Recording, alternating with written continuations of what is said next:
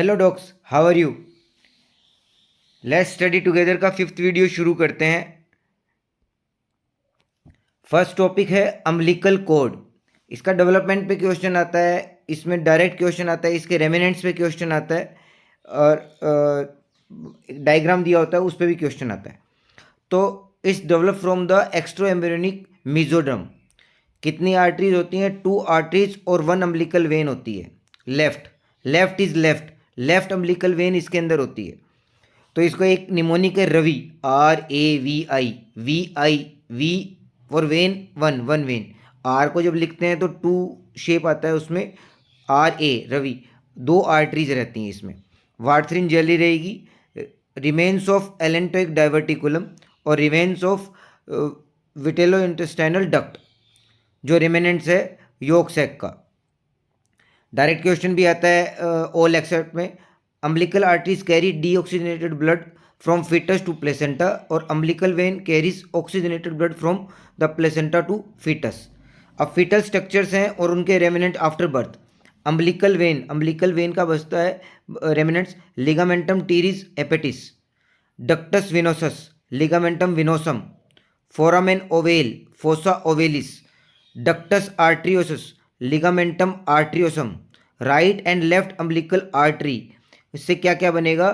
Superior vesical arteries और median नहीं है, मीडियन यूरेकस का होता है, medial umbilical ligament.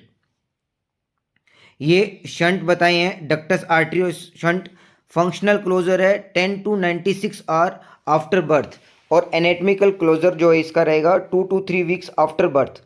Foramen ovale कब बंद हो जाता है? फंक्शनल क्लोजर रहेगा with in several minutes after birth और एनेटमिकल क्लोजर रहेगा इसका 1 year after birth. Ductus venosus with in several minutes after birth, मतलब फोरामेन ओवेल और डक्टस विनोसस कुछ मिनट में बंद हो जाएंगे फंक्शनली, लेकिन जो एनेटमिकल क्लोजर रहेगा वो फोरामेन ओवेल का रहेगा 1 ईयर आफ्टर बर्थ और डक्टस विनोसस का रहेगा 3 to 7 डेज आफ्टर बर्थ। यह है जेवीपी, जुगुलर वेनस प्रेशर। इसमें ए वेव क्वेश्चन इस साल भी आया था, पिछले साल भी आया था, हर साल आता है, चाहे आईएनआई में आए, चाहे एफएमजी में आए, चाहे नीट के अंदर आए। जेवीपी से question direct, indirect, all except question आता ही आता है। तो A wave is the right atrial contract. जब राइट एट्रिया कॉन्ट्रैक्ट करेगा तो ए वेव आएगी। इसके बाद आता है एक्स डिसेंट कब आएगा? Relaxation of right atrium causing drop in the pressure. जैसे ही राइट एट्रिया रिलैक्स करेगा एक्स डिसेंट देगा। सी वेव, अब जो सी वेव है वो कब आती है? जब tricuspid valve close and right ventricle contract. जब हमारा ट्राइकस्पिड वॉल्व बंद हो जाता है और राइट वेंट्रिकल कॉन्ट्रैक्ट करेगा, उसी टाइम हमें सी वेव मिलेगी। एक्स प्राइम डिसेंट मिलेगा end of the right ventricle contraction. इसकी वजह से क्या होगा? एक्स्ट्रा स्पेस बनेगा पेरिकार्डियम में, जिससे right atrium begin filling with blood. अब राइट एट्रिया भरना शुरू हो जाएगा, इसकी वजह से एक्स प्राइम डिसेंट आता है। अब आता है हमारा वी वेव। वी वेव क्यों आती है? Filling of the right atrium against a close tricuspid valve. जैसे ट्राइकस्पिड वॉल्व बंद होगा, राइट एट्रिया भरना शुरू होएगा, तो उस वक्त जो हमारे पास वेव आएगी उसको हम बोलते हैं वी वेव।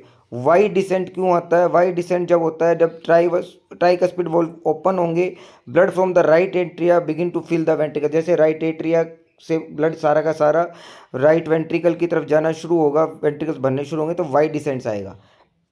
अब डायरेक्टली कैसे कह सकते हैं? ए वेव जब एट्रियल से स्टॉल होता है तब ए वेव है, जब एट्रियल डायस्टॉल होता है तो सी वेव आती है।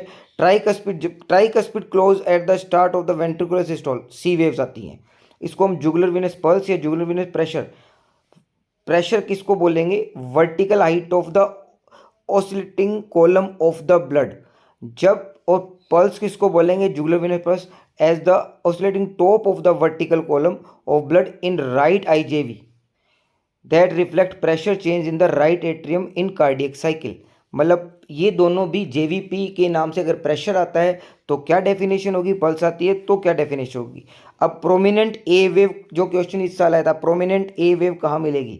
प्रोमिनेंट ए वेव ट्राइकस्पिड स्टेनोसिस में, पल्मोनरी हाइपरटेंशन में, पल्मोनरी स्टेनोसिस में और right ventricular hypertrophy, increase resist of feeling, A wave बताया क्या था, ए वेव क्यों होती है, ए वेव देखिए, ए वेव है राइट एट्रियल कॉन्ट्रैक्ट, जब राइट एट्रिया कॉन्ट्रैक्ट करेगा उसकी वजह से जो वेव आएगी वो आएगी, और जब वो प्रोमिनेंट कब होएगी, जब स्टीनोसिस होएगा ट्राइकस्पिड वॉल्व की, ठीक है।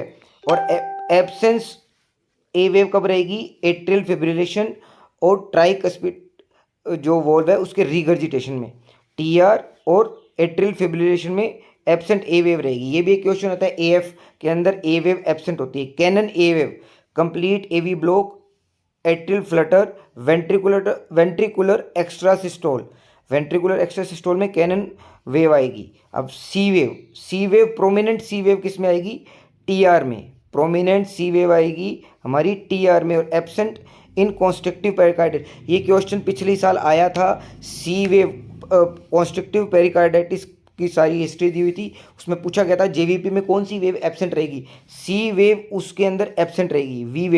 We wave prominent in the CP constrictive pericarditis में C wave sorry V wave prominent रहेगी।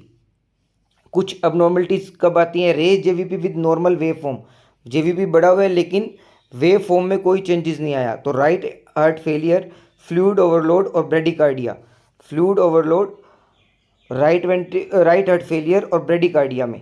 Raise JVP with absent pulsation, SVC obstruction में, जब एसवीसी ऑब्स्ट्रक्शन होगा उस वक्त क्या होगा, रेज जेवीपी होगा लेकिन पल्सेशन जो है वो एब्सेंट रहेगी। लार्ज ए वेव, एक्स्ट्रा लार्ज ए वेव जिसको कैनन वेव कहते हैं, मैंने भी बताया था आपको, एब्सेंट ए वेव बताई थी ए एफ में। सिस्टोलिक वेव, कंबाइंड वेव जो big V wave tricuspid regurgitation के अंदर बताई, और slow Y descent occur in the tricuspid stenosis, slow Y descent absent नहीं है, स्लो वाई डिसेंट है occur in the tricuspid stenosis में। और पैराडॉक्सिकल जेवीपी, पैराडॉक्सिकल जेवीपी उल्टा, जैसे जब रेज होता है तो जेवीपी उठनी चाहिए, प्रेशर बढ़ना चाहिए, लेकिन वो प्रेशर नहीं होता, उसको बोलते हैं कुस्मुल साइन, कुस्मुल साइन, ठीक है। नेक्स्ट टॉपिक है जो इस साल सारे नीट पीजी में छाया रहा था, विटामिन्स विटामिन्स विटामिन्स, ठीक है। ये टॉपिक सारे उसके अंदर इस बार छाया रहा था। तो ये top B one thiamine, thiamine से क्या होगा, बेरी और Wernicke's encephalopathies. B two riboflavin, angular stomatitis, angular stomatitis मतलब होठों के पास और जीभ पर जो है हमारा इन्फ्लामेशन हो जाएगा, वो बी2 की वजह से। बी3 नियासिन, नियासिन क्वेश्चन आता ही आता है, पेलेग्रा के साथ आता है या कैसल नेकलेस के साथ आता है, पेलेग्रा की वही 3D है। डायरिया, डर्मेटाइटिस, डिमेंशिया, चौथा डी इसमें डेथ होता है, तो इसमें ये ऑल एक्सेप्ट भी पूछ सकते हैं। ग्लोसाइटिस और लॉस ऑफ पेपिले, साथ में कैसल नेकलेस मिलेगा। सीरियल रिस्पॉन्सिबल आएगा तो इसके अंदर क्वेश्चन आएगा मेज, ज्वार, सोरगम, और इसको वल्गेरी बोलते हैं ज्वार को। मेज में अब वजह क्या है, मेज में लैक ऑफ ट्रिप्टोफेन है, मेज में लैक ऑफ ट्रिप्टोफेन है, ट्रिप्टोफेन से नियासिन बनेगा। ज्वार में कोई ट्रिप्टोफेन की कमी नहीं है, रिच इन ल्यूसिन है जो इसका ट्रिप्टोफेन से नियासिन में कन्वर्जन रोकेगा, रिच इन ल्यूसिन। तो अब इंटीग्रेटेड क्वेश्चन आते हैं, पहले डायरेक्ट क्वेश्चन आ रहे थे, कैसल नेकलेस की फोटो आती थी उसमें डायरेक्ट पूछ लेते किस विटामिन की कमी की वजह से है, तो बी3 है। अब आता है हमारा B five pantothenic acid, burning feet syndrome. 6 आता है पायरिडोक्सिन, पेरिफेरल न्यूराइटिस, ये टीबी के साथ भी आपको क्वेश्चन आता है कि ट्यूबरकुलर पेशेंट्स है उसके अंदर पेरिफेरल न्यूराइटिस हो रहा है तो आप क्या मेडिकेशन करोगे, तो बी6 पायरिडोक्सिन देंगे। B nine folic acid, megaloblastic anaemia, glossitis, glossitis कहाँ मिल रहा है हमारे को, फोलिक एसिड में मिल रहा है, हमें बी3 में भी मिल रहा है, और एंगुलर स्टोमेटाइटिस के साथ भी ग्लोसाइटिस मिलता है बी2 के साथ। तो सीवियर डिफिशिएंसी से क्या होता है, इनफर्टिलिटी और स्टर्लिटी भी आ जाती है फोलिक एसिड से। फोलिक एसिड के आपको फोलिक एसिड पे क्वेश्चन 100% मिलेगा INICET के अंदर। B12 cyanocobalamin, pernicious anaemia, intrinsic factor के बारे में पूछ सकते हैं, परनीशियस अनीमिया हिस्ट्री दे सकते हैं, डी लैटम की हिस्ट्री दे सकते हैं कि डी लैटम का इन्फेस्टेशन और का है, उसके अंदर इंट्रिंसिक फैक्टर नहीं है, तो कौन सी विटामिन्स की कमी होएगी, परनीशियस अनीमिया डायग्नोसिस बना के भी दे सकते हैं, तो विटामिन्स का डायरेक्ट पूछ सकते हैं। B12 cyanocobalamin. न्यूरोपैथी रहेगी, यहाँ न्यूरोपैथी है, पेरिफेरल न्यूराइटिस अगर आता है तो बी6 है, न्यूरोपैथी है तो B12. Vitamin E haemolytic anaemia of newborn, vitamin E की वजह से होता है हीमोलिटिक एनीमिया ऑफ न्यूबॉर्न। देखो हेमोलिटिक अनीमिया है ई से, और विटामिन के से क्या है, विटामिन के से है हेमोरेजिक डिजीज ऑफ न्यूबॉर्न। दोनों डिफरेंस है, हेमोलिटिक अनीमिया ई से है, विटामिन के से हमारा हेमोरेजिक डिजीज ऑफ न्यूबॉर्न है। प्रिवेंशन क्या है, vitamin K1 at birth, vitamin K1 at birth. आप अपने नोट्स जो भी नोट्स उसमें ज़रूर देखिए, विटामिन K1 जो है वो देते हैं, कितनी देते हैं, कौन से एस्पेक्ट पे देते हैं, उसको देख के याद कीजिए। आज मैं बताऊंगा, याद नहीं रहेगा, आप उसको देख के अपने नोट्स को दोबारा रिवाइज कीजिए, वहीं आपको याद हो जाएगा। विटामिन K1 कौन से पैर पे लगाते हैं, या हाथ पे लगाते हैं, या डेल्टोइड पे लगाते हैं, कैसे लगाते हैं, और कितने mm, और न्यूबॉर्न में अगर हमारा लो बर्थ वेट है तो कितना देते हैं, और अगर बर्थ वेट सही है तो कितना देते हैं। नेक्स्ट, ये जो हमारा लोगो है, ये लोगो है अनीमिया मुक्त भारत का, अनीमिया मुक्त भारत का लोगो है। ये लोगो याद कर लीजिए, इस साल INICT में ये छप रहा है। अब इसके अनीमिया मुक्त भारत में बेनिफिशरीज कौन है, बेनिफिशरीज 5 बेनिफिशरीज हैं मेन। बच्चे, children 6 month to 59 month, children 5 to 9 year के, एडोलेसेंस है 10 से 19 साल, प्रेग्नेंट एंड लैक्टेटिंग वुमेन्स हैं, और रिप्रोडक्टिव एज ग्रुप की वुमेन है जो है 20 से 49, 20 to 49, 15 to 49 की बजाय चेंज होके ये हो गया है 20 to 49 ईयर। अब इसकी फ्रीक्वेंसी पूछते हैं नीट में, FMG में, INICT में। INICT में डोज भी पूछते हैं, जबकि नीट और FMG के अंदर फ्रीक्वेंसी पूछी जाती है। तो चिल्ड्रन में 6 मंथ टू 59 मंथ में बाई वीकली, हफ्ते में 2 बार देते हैं 1 ml IFA सिरप। उसमें क्या क्या होगा, 20 मिलीग्राम एलिमेंटल आयरन और 100 माइक्रोग्राम फोलिक एसिड। इसकी आप एक, जब आप इसकी एक सिरप देखेंगे, उसमें आपको 1 ml का कंटेंट पूरा, उसकी एक ड्रॉपर बना होता है, उसमें 1 ml ही निकलता है उसके अंदर। 1 ml IFA syrup by weekly देते हैं। 1 ml कंटेंट में कितना होगा, 20 milligram elemental iron, 100 microgram folic acid. ऐसे ही चिल्ड्रन में 5 to 9 ईयर एज के अंदर वीकली, हफ्ते में एक बार पिंक कलर की टैबलेट, पिंक टैबलेट बच्चों में पिंक टैबलेट है 45 milligram iron plus 400 microgram folic acid. Adolescence, जैसे बड़े हुए हम ब्लू की तरफ अट्रैक्ट होते हैं, जैसे बड़े हुए ब्लू की तरफ अट्रैक्ट हुए, वीकली ब्लू टैबलेट 60 मिलीग्राम बढ़ गया है, देखो 60 मिलीग्राम आयरन और 500 माइक्रोग्राम फोलिक एसिड। लेकिन जैसे ही प्रेग्नेंट एंड लैक्टेटिंग वुमन की बात आती है, वीकली के बजाय डेली हो जाता है। Red tablet 60 milligram iron plus 500 microgram folic acid 6 month from the second trimester and for the 6 months postpartum, 6 महीने के लिए सेकेंड ट्राइमेस्टर से, एंड फॉर 6 मंथ पोस्टपार्टम भी। अभी इस साल जो एक क्वेश्चन आया था कि सेकेंड ट्राइमेस्टर में अनीमिक पेशेंट आया था, तो फर्स्ट ट्राइमेस्टर में अनीमिक पेशेंट आया, तो उसको करेंगे या नहीं करेंगे, तो उसको मेडिकेशन शुरू करनी है, क्योंकि वो अनीमिया है, प्रोफाइलेक्टिक नहीं है वो हम उसको ट्रीटमेंट पार्ट में लेके आ रहे हैं, तो उसको उसी के हिसाब से हमें ट्रीटमेंट शुरू करना होगा। ये मैंडेटरी किनके लिए, जो अनीमिक नहीं भी है उनके लिए ये सप्लीमेंट्स है अनीमिया मुक्त भारत का, प्रेग्नेंट एंड लैक्टेटिंग वुमन का। लेकिन अगर कोई फर्स्ट ट्राइमेस्टर में पेशेंट ऐसा आता है जिसको अनीमिया है, तो उसको मेडिकेशन देनी है। Reproductive woman 20 to 49 weekly red tablet 60 milligram iron plus 500 microgram folic acid. देखो रिप्रोडक्टिव एज ग्रुप के अंदर, एडोलेसेंस के अंदर और प्रेग्नेंट वुमेन्स के अंदर कोई अमाउंट्स में चेंजेस नहीं है, लेकिन चेंजेस कैसे हैं, एडोलेसेंस और रिप्रोडक्टिव एज ग्रुप में वीकली मेडिकेशन है, प्रेग्नेंट की डेली है, लेकिन 6 month from the second trimester और for the 6 month postpartum. Next, ये भी इस साल क्वेश्चन आया था, ये क्वेश्चन इस साल आया था। इसके अंदर डायरेक्ट टॉक्सिन्स पूछे हुए थे या फिर उसका प्रिवेंशन पूछा हुआ था। पहला ही क्वेश्चन था लेथायरिज्म, जिसके अंदर जो हमारे पास हिस्ट्री थी, वो हिस्ट्री थी स्पास्टिक पैरालिसिस की हिस्ट्री थी। टॉक्सिन्स कौन सा है, बोआ, इसका टॉक्सिन क्या है, बोआ। और अडल्ट्रेंट क्या है, खेसरी दाल की मिलेगी लेथायरस टाइवस। खेसरी दाल प्रोटीन रिच दाल है, लेकिन सस्ती होने की वजह से यही लोग वहाँ पे यूज़ करते हैं उस एरिया के अंदर। तो इसका प्रिवेंशन पूछा हुआ था, खेसरी दाल बता रखा था, टॉक्सिन्स पूछ रखे थे, और स्पास्टिक पैरालिसिस का उसमें हमें डिस्क्रिप्शन दिया हुआ था। तो vitamin C prophylaxis is the prevention, remove toxin by steeping या पार बॉइलिंग करते हैं, बार बार उबाल के दाल को, उसके अंदर से हम बोआ को ख़त्म कर सकते हैं। स्टीपिंग क्या होता है कि एक बार गर्म किया, ठंडा किया, फिर गर्म किया, फिर ठंडा किया, इस तरीके से हम प्रिवेंट कर सकते हैं। एपिडेमिक ड्रोपसी के अंदर में क्या क्या फीचर्स मिलेंगे? पीडल एडिमा मिलेगा, कार्डिक फेलियर मिलेगा, ग्लूकोमा मिलेगा।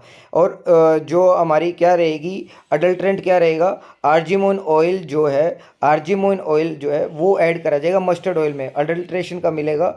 तो इसका टॉक्सिन है सेंग्यूरिन। और टेस्ट फॉर डिटेक्शन क्या करते हैं? Nitric acid test most commonly done होता है। पेपर क्रोमेटोग्राफी करते हैं मोस्ट सेंसिटिव। दोनों क्वेश्चन आए हुए हैं INICT के अंदर, दोनों क्वेश्चन आए हुए हैं कि मोस्ट कॉमन डन कौन सा है, वो है नाइट्रिक एसिड टेस्ट, और मोस्ट सेंसिटिव है paper chromatography test for epidemic dropsy, sanguine, argemone oil. ये इसके जो जो पॉइंट हाईलाइटेड है याद करके रखने हैं। एंडेमिक अटाइसिस में झुंझुनिया बीज की आप फोटोज़ आप देखेंगे, आपको मिल जाएगी। मैं नेक्स्ट स्लाइड में जो हमारा वीडियो होगा उसमें कोशिश करूँगा कि जो है इस तरीके की पिक्चर्स जो फोरेंसिक्स के साथ डालें। झुंझुनिया सीड्स, उसमें कर्टोलेरिया सीड्स भी बोलते हैं, क्रोटेलेरिया सीड्स बोलते हैं। इसके अंदर जॉन्डिस मिलेगा, असाइटिस मिलेगा पेशेंट को, एंडेमिक असाइटिस। तो इसमें पायरोलिजिडीन एल्कलॉइड्स हेपेटोटॉक्सिक होते हैं ये। इसमें डीवीडिंग होती है, इसमें डीवीडिंग करनी पड़ती है। एफ्लाटॉक्सिन्स किसके टॉक्सिन्स हैं? जैसा नाम बता रहा है एफ्लाटॉक्सिन, एफ्लाटॉक्सिकोसिस। इसके अंदर हमारा अडल्ट्रेंट क्या रहेगा? एस्परजिलस फ्लेवस या पैरासिटिकस। एस्परजिलस फ्लेवस की डायग्राम भी आ सकती है। उसके बाद इसमें क्या है? Avoid moisture. हिस्ट्री क्या मिलेगी? खाने को रख दिया, उसमें मॉइस्चर पड़ा हुआ था, इस तरीके की हिस्ट्री देंगी, वो होगा अफ्लाटॉक्सिन्स, हेपेटोटॉक्सिक रहेगा। अर्गोटिज्म, इसका टॉक्सिन्स है क्लेविन। या फिर अडल्ट्रेंट्स क्या है? Claviceps purpura on bajra seed का नाम आते ही अर्गोटिज्म आपके दिमाग में आना चाहिए। और प्रिवेंशन क्या है? Float in salt water. इसको जैसे ही सीड्स को आप कंज्यूम कर रहे हो उससे पहले सॉल्ट वाटर में डालो, तो वो सीड्स नमक के पानी के ऊपर तैरने लग जाएंगे, तो आपको पता चल जाएगा ये दिक्कत है। एक्यूट अर्गोटिज्म में, एक्यूट में नोजिया वोमिटिंग रहेगा, क्रोनिक में वेजो कॉन्स्ट्रिक्शन की हिस्ट्री होगी। ये स्लाइड आप रट लीजिए। नीट, FMG, INICT इस साल आएगी। इस साल नीट में 2 क्वेश्चन थे, इस साल INICT में इसके 2 क्वेश्चन हैं, और FMG में तो हो सकता है 2 से ज़्यादा क्वेश्चन आ जाए इसमें। नेक्स्ट टॉपिक जो फार मोर इम्पोर्टेंट टॉपिक है बायोकेम का। बायोकेम में फिनाइल एलेनिन का जो मेटाबॉलिज्म है या फिनाइल एलेनिन के मेटाबॉलिक डिसऑर्डर्स हैं वो मोस्ट कॉमन है। जैसे ही फिनाइल एलेनिन, जो रेड स्पॉट आपको 3 दिख रहे हैं इस स्लाइड के अंदर, वो मेन डिजीज़ हैं। लेकिन उसके अलावा और भी डिजीज़ हैं, मैं आपको नोट डाउन कराता रहूँगा, आप अपने इसको अनोटेड कर लीजिए ताकि आपको याद रहे। फिनाइल एलेनिन को जब फिनाइल हाइड्रोक्सीलेज से डिसइंटीग्रेट होकर हाइड्रोक्सीफिनाइल पाइरुवेट और डोपा बनाता है। जो आप टायरोसिन इसके अंदर देख रहे हैं, टायरोसिन जो आप इसमें देख रहे हैं, वो टायरोसिन हाइड्रोक्सीलेज से डोपा का लास्ट प्रोडक्ट जो बन रहा है वो टायरोसिन बन रहा है। जहां आप PKU देख रहे हैं, अगर फिनाइल हाइड्रोक्सीलेज एंजाइम एब्सेंट है तो फिनाइल कीटोन्यूरिया PKU होगा, फिनाइल हाइड्रोक्सीलेज एंजाइम। इसके आपको जो सिम्टम्स मिलेंगे, seizure, tremors, stunt growth, musty odour in the breath, skin and urine, ये सारा कुछ आपको इसमें मिलेगा। दोबारा बोल रहा हूँ, seizure, tremors, stunt growth, musty odour in breath, skin and urine, ये आपको इसमें मिलेगा। जब फिनाइल एलेनिन को हम हाइड्रोक्सी फिनाइल एलेनिन जो टायरोसिन बन गया, sorry for interruption, phenylalanine से जब हमारा टायरोसिन बना फिनाइल हाइड्रोक्सीलेज एंजाइम से, उसको हाइड्रोक्सी फिनाइल एलेनिन भी बोलते हैं। टायरोसिन को, जो टायरोसिन बन रहा है उसको हम हाइड्रोक्सी फिनाइल एलेनिन भी बोल सकते हैं। हाइड्रोक्सी फिनाइल एलेनिन पे जब अमाइनेज और हाइड्रोक्सीलेज 2 एंजाइम एक्ट करेंगे, और जब उस पर हाइड्रोक्सीलेज एंजाइम करेगा तो वो हमारा डोपा में कन्वर्ट होगा, डोपा का लास्ट प्रोडक्ट हमारा मेलेनिन बनेगा। ऐसे ही जो अगर टायरोसिन के ऊपर हमारा एंजाइम टायरोसिन ट्रांसअमाइनेज जब एक्ट करता है तो हमारे पास बनता है हाइड्रोक्सीफिनाइल पाइरुवेट। अगर हमारे पास एब्सेंट है टायरोसिन ट्रांसअमाइनेज, तो वो डिजीज़ होगी टायरोसिनीमिया टाइप 2। नेक्स्ट टॉपिक है बायोकेम से, जो है फिनाइल एलेनिन मेटाबॉलिक डिसऑर्डर्स। ये तीन जो रेड स्पॉट्स आप स्लाइड्स पे देख रहे हैं, पीक्यू, एल्बिनिज्म और एल्केप्टोन्यूरिया, ये नीट पीजी एफएमजी के हॉट फेवरेट टॉपिक्स हैं। इसके अलावा आईएनआईसीटी है, वो अलग अलग स्टेप्स पे जो आपको पॉइंट्स मिलेंगे वो हैं। अब फिनाइल एलेनिन हाइड्रोक्सिलेज एंजाइम से जब फिनाइल एलेनिन हाइड्रोक्सिल एंजाइम नहीं होगा तो वो टायरोसिन में कन्वर्ट नहीं होगा, तो वहीं डिजीज़ होएगी हमारी। वहाँ कौन सी डिजीज़ होएगी? वहाँ डिजीज़ होएगी हमारी फिनाइल कीटोन्यूरिया। फिनाइल कीटोन्यूरिया वहाँ होगा। फिनाइल कीटोन्यूरिया में एंजाइम लैग कौन सा है? Phenylalanine hydroxylase. तो इसमें सिम्टम्स है seizure, tremors, stunt growth, musty odour in breath, skin and urine. Musty odour आपको ब्रीथ में मिलेगा, स्किन में मिलेगा, यूरिन में मिलेगा, स्टंट ग्रोथ मिलेगी, ट्रेमर्स होएगा, सीजर होएगा। ऐसे ही अगर टायरोसिन का हम जो नाम देखें, बायोकेम नेम जो है इसका, वो हाइड्रोक्सी फिनाइल एलेनिन, क्योंकि हाइड्रोक्सिलेज एंजाइम से हुआ है। अगर पीकेयू नहीं हो रहा तो टायरोसिन आया, टायरोसिन को बोलते हैं हम हाइड्रोक्सी फिनाइल एलेनिन। जो हाइड्रोक्सी फिनाइल एलेनिन है उस पर दो एंजाइम काम करेंगे, टायरोसिन ट्रांसअमाइनेज और हाइड्रोक्सिलेज। अगर ट्रांसअमाइनेज, टायरोसिन ट्रांसअमाइनेज हमारे पास एंजाइम नहीं है तो हमारे पास हाइड्रोक्सी फिनाइल पायरुवेट नहीं बनेगा। तो हाइड्रोक्सी फिनाइल पायरुवेट नहीं बनेगा, हाइड्रोक्सी फिनाइल पायरुवेट नहीं बन रहा और एंजाइम की कौन सी कम है? टायरोसिन ट्रांसअमाइनेज। तो होगा Richard Hanhart syndrome, Richard Hanhart syndrome या टायरोसिनीमिया टाइप 2। टायरोसिनीमिया टाइप 2 को दूसरा नाम होता है रिचर्ड हेनहार्ट सिंड्रोम। तो इसके अंदर हमारे सिम्टम्स होंगे increase serum tyrosine level, photophobia, lacrimation, inflamed conjunctiva, microcephaly और blister on palm and sole. ये इसका की पॉइंट है, blister on palm and sole with increase serum tyrosine level, Richard Hanhart syndrome या टायरोसिनीमिया टाइप 2। ऐसे ही जब enzyme हमारा tyrosine hydroxylase enzyme नहीं होगा, टायरोसिन हाइड्रोक्सिलेज एंजाइम नहीं होगा तो टायरोसिन से हमारा डोपा कन्वर्ट नहीं होगा, तो वहाँ जो डिजीज़ होगी वो होगा एल्बिनिज़म। एल्बिनिज़म में हमें पता है कि जो है मेलेनिन नहीं होगा, क्योंकि डोपा से एंड प्रोडक्ट है हमारा मेलेनिन। अगर मेलेनिन हमारा नहीं होगा तो जो है नेचुरल जो कलर आता है वो कलर नहीं आएगा स्किन का। तो जो है कलर एल्बिनिज़म में, इसकी वजह से एल्बिनिज़म होगा, टायरोसिन हाइड्रोक्सिलेज एंजाइम।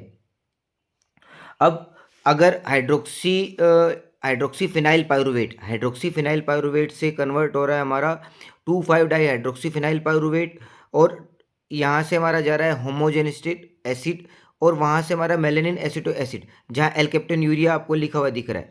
तो यहाँ एंजाइम कौन सा है एल्केप्टोन्यूरिया के लिए? होमोजेनिस्टिक ऑक्सीडेज, होमोजेनिस्टिक ऑक्सीडेज। क्यों? इसके अंदर हमारे को क्या क्या जो है सिम्टम्स मिलेंगे? ये ऑटोसोमल रिसेसिव डिजीज़ है, dark spot in sclera, blue speckle और discolouration around the sweat glands. Sweat glands के चारों तरफ कलर ब्लू कलर का कोई स्पेकल चक्कर मिलेगा, या ब्लैक ईयरवैक्स मिलेंगे, ब्लैक यूरिन होगा, रीनल स्टोन और arthritis. Renal stone, arthritis, black urine, black earwax, discolouration around the sweat glands और ब्लू स्पेकल मिलेंगे, dark spot in sclera, autosomal recessive. ये हमारा एल्केप्टोन्यूरिया के सारे सिम्टम हैं।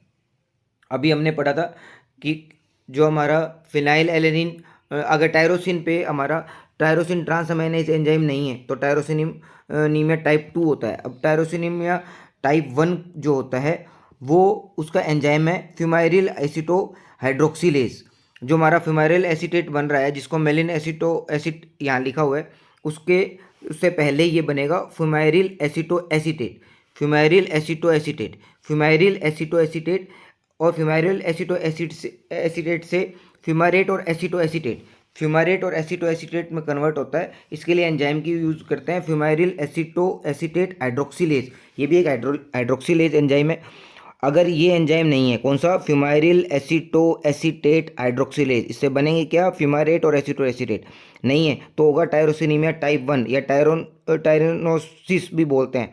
कैबेज लाइक ऑर्डर आएगा यूरिन और स्किन में, cabbage like odour in urine and skin, hepatomegaly, swelling of legs and abdomen, और tendency of bleed and bruise easily bruise और ब्लीड होगा, ये सारा हमें मिलेगा इसके अंदर। तो ये जो हमारी पूरी स्लाइड है, चाहे आप फिनाइलएलानाइन से या टायरोसिन से ये भी पूछ सकते हैं क्या क्या बनता है, टायरोसिन से थायरोक्सिन, डोपा और मेलेनिन, ये डायरेक्ट एफएमजी या नीट का क्वेश्चन है। अब आता है पीडियाट्रिक मेनिंजाइटिस।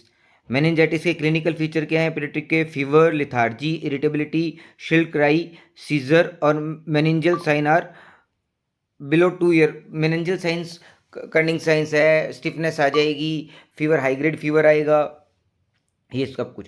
जो नीट पीजी, एफएमजी और आईएनआईसीटी का, जो आईएनआईसीटी स्पेशली कोज पूछती है, एज देती है हमेशा मंथ्स में, तो मंथ में एज आएगी 0 to 2 मंथ तक। तो group B streptococci most common cause worldwide है, ई कोलाई, क्लेब्सिला, स्टेफाइलोकोकस।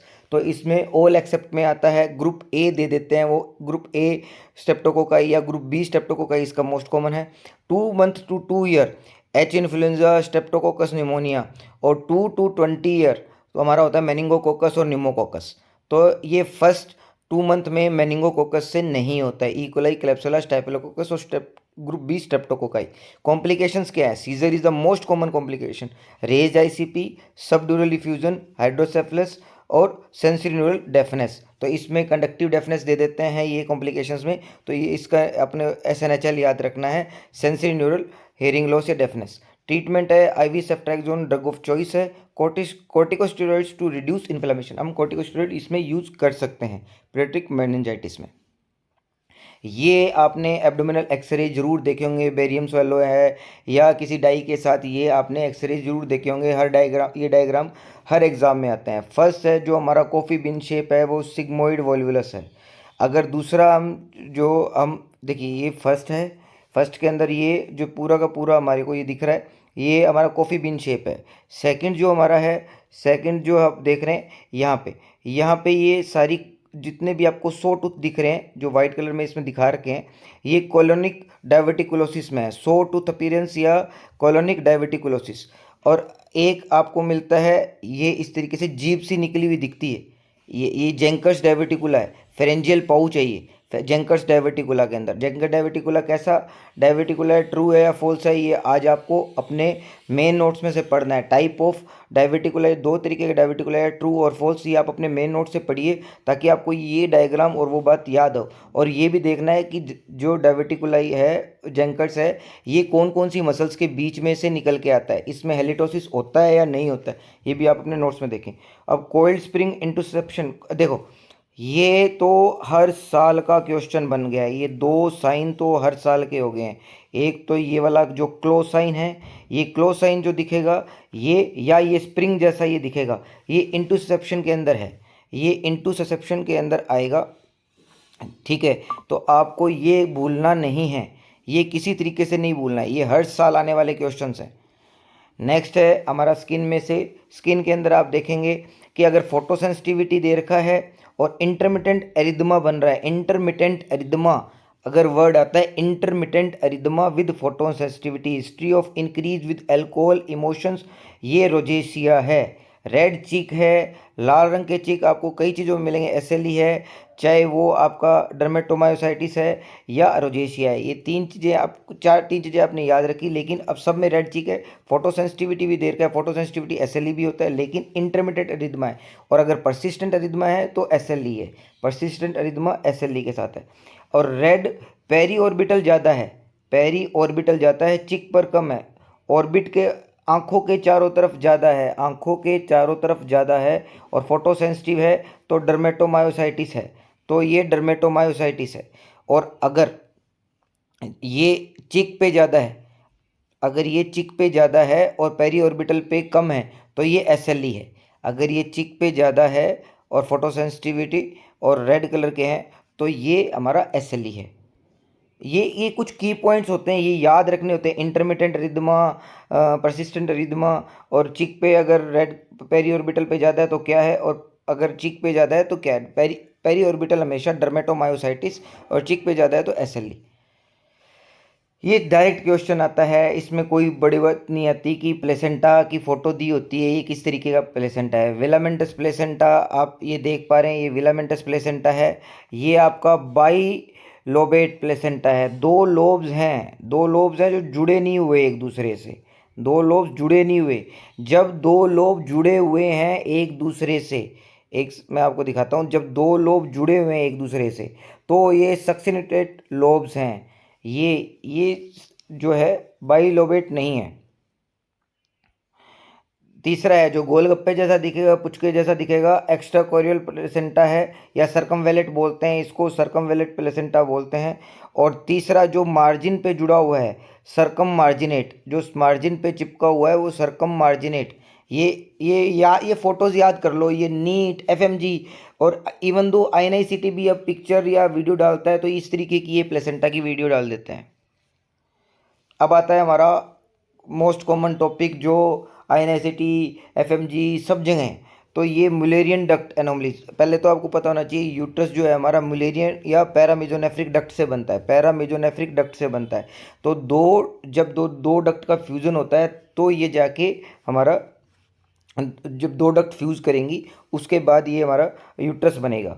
ठीक है, इसमें मिलेरियन एनोमलीज के हिसाब से ये क्लासिफिकेशन दिए हुए हैं 7 टाइप का, क्लास 1 टू क्लास 7। क्लास 1 जो है एजेनेसिस, जब यूट्रस है ही नहीं, वो है MRKH सिंड्रोम। ये आपके पास ऑप्शन में होता है। ये जब उसमें अगर क्वेश्चन में यूट्रस दे रखा है तो ये ऑप्शन नहीं है। वो अगर यूट्रस नहीं है मिलेरियन एजेनेसिस के अंदर तो वो आपका ऑप्शन होना चाहिए MRKH, क्योंकि इसमें यूट्रस बन ही नहीं रहा। क्लास 2 है यूनिकॉर्नुएट। यूनिकॉर्नुएट जो है हमारा, यूनिकॉर्नुएट में हमारे क्या होगा, ये बनाना शेप बन जाएगा। बनाना शेप क्यों बनेगा, दो डक्ट थी, वो दोनों डक्ट, एक डक्ट जो है वो फ्यूज़ ही नहीं कर रही, या वो जो है इससे आके फ्यूज़ नहीं कर रही और वो उसका डिग्रेडेशन हो गया है, तो ये एक बनाना शेप यूट्रस बनेगा आपके पास। ये बनाना शेप यूट्रस आएगा ये इस तरीके से। तो ये हमारा यूनिकॉर्नुएट में आ जाएगा। डाइडेल्फिस यूट्रस, डाइडेल्फिस यूट्रस जो है, अब देखिए ये ए नंबर जो आपकी यहाँ पे जो ए है ये डाइडेल्फिस है। डाइडेल्फिस में क्या है, जब आप ये देख रहे हैं कि दो कैविटी बन गई है, दो यूट्रस की कैविटी बन गई हैं और वो दोनों फ्यूज़ नहीं करी है और दोनों फुली डेवलप हो गई हैं, और जो है साथ में दो वेजाइना भी इसके अंदर आपको दिख रही हैं, तो डाइडेल्फिस है ये। अपना फोर्थ नंबर है बाइकॉर्नुएट।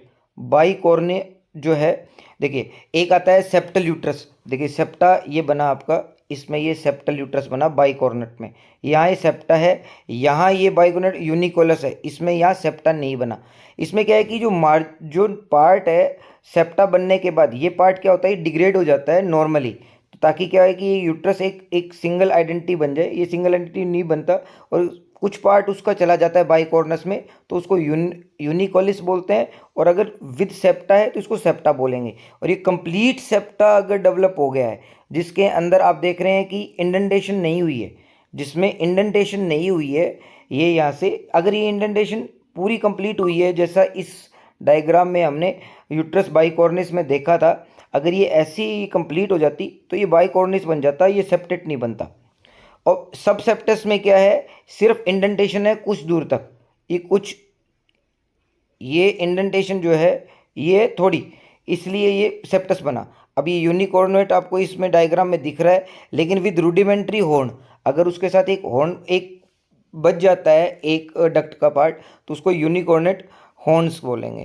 तो ये आपके टॉपिक्स हैं, ये इस तरीके की जो है फोटोज आती हैं, जो आती है हमारी bicornuate uterus confirmed by the laparoscopy. Bicornuate हमेशा इससे होगा। और डाइडेल्फिस होता है हिस्टेरोसेल्फेंजियोग्राफी। इसके अंदर क्या होता है, 2 रूबिन कैनुला यूज होते हैं इन इधर half prior to injecting radio opaque dyes during hysterosalpingography. ये इसमें याद रखना है। दूसरी बात क्या है कि diagnosis of Mullerian agenesis anomalies का कैसे करते हैं, इन्वेस्टिगेशन ऑफ चॉइस है एमआरआई या 3D यूएसजी। गोल्ड स्टैंडर्ड है लेप्रोस्कोपी और हिस्टेरोस्कोपी। Thank you. आज टॉपिक्स जो हैं जितने भी आपके पास आ रहे हैं, ये टॉपिक्स जितने भी हैं, आप इन टॉपिक्स को एक बार यहाँ से पढ़ लीजिए। उसके बाद अपने मेन नोट से ज़रूर देखिए। अगर आपको इसके बाद भी ये समझ, पहले ही ये समझ आ गए हैं, तो आपको बार बार रिवाइज करने की जरूरत नहीं है। लेकिन अगर आपने ये टॉपिक यहाँ देख रहे हैं, आपको इसके बाद भी क्वेश्चन करने में दिक्कत आ रही है, तो आप ये वहाँ से अपने मेन नोट से एक बार ज़रूर देखिए। रेट्रोग्रेड स्टडी करने का टाइम है इस 1 महीने के लिए, जो INICT के लिए कर रहा है कि टॉपिक्स देखा, अगर याद है और उसका MCQ ठीक हो रहा है, तो उस टॉपिक को दोबारा पढ़ने की जरूरत नहीं है। तो नेक्स्ट टॉपिक को पढ़िए। Thank you very much.